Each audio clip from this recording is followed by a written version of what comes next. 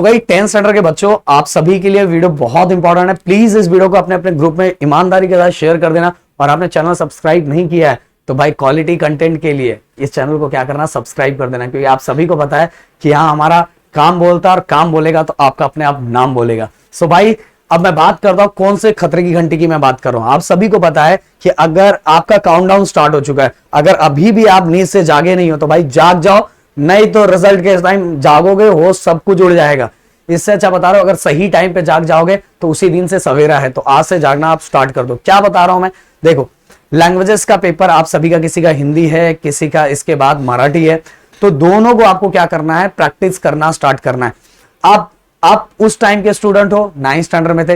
9th standard में आप सभी को पता है ऑनलाइन ऑफलाइन बहुत सारी चीजें हुई, तो प्रॉपर तरीके से आपने पेपर लिखा नहीं, और पेपर लिखा भी है तो आपने कितना हाफ टर्म के 6 चैप्टर का लिखा है, पूरे साल भर का पेपर आपने लिखा नहीं होगा, बहुत कम। जैसे हमने अपने ऑफलाइन बैच में दो 3 हमने कितने सारे पेपर बच्चों को लिखवाया है। हमारा एक मतलब एक सेमेस्टर जब हाफ होता है तो एक होता है सेमेस्टर 1 होता है, एक सेमेस्टर 2 होता है। मतलब एक मिड टर्म पे पूरा 3 घंटे का एग्जाम लेते हैं, और एक मिड टर्म के बाद जब होता है हमारा फाइनल एग्जाम तो उस टाइम लेते हैं। देन प्रीलियम भी लेते हैं, क्योंकि हमें पता है कि बच्चों की जो हैबिट है वो 3 घंटे लिखने की, वो बहुत सारे बच्चों की नहीं है। नहीं तो किसी का कमर दर्द होने लगता है, किसी का हाथ दर्द होना है, किसी के हाथ में स्वेलिंग आ जाती है, बहुत सारी चीजें होती है।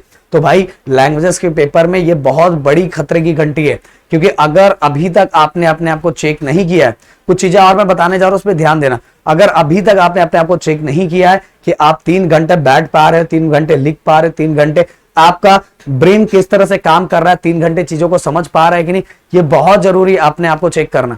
नहीं तो उसी चक्कर में बहुत सारे बच्चे लैंग्वेजेस में फेल हो जाते हैं, उनको आता हुआ भी, उनको सब कुछ आ रहा है, पर उनका पेपर कवर नहीं हो पा रहा है, क्योंकि उन्होंने कभी इतना बड़ा पेपर लिखा नहीं है, इतने घंटे बैठे नहीं है। क्योंकि 3 घंटा कंटिन्यू बैठ के पेपर लिखना एक बहुत बड़ा टास्क है, और चुपचाप और पूरे दिमाग में पूरी चीजें याद होना, लर्न होना, ये बहुत बड़ा टास्क है।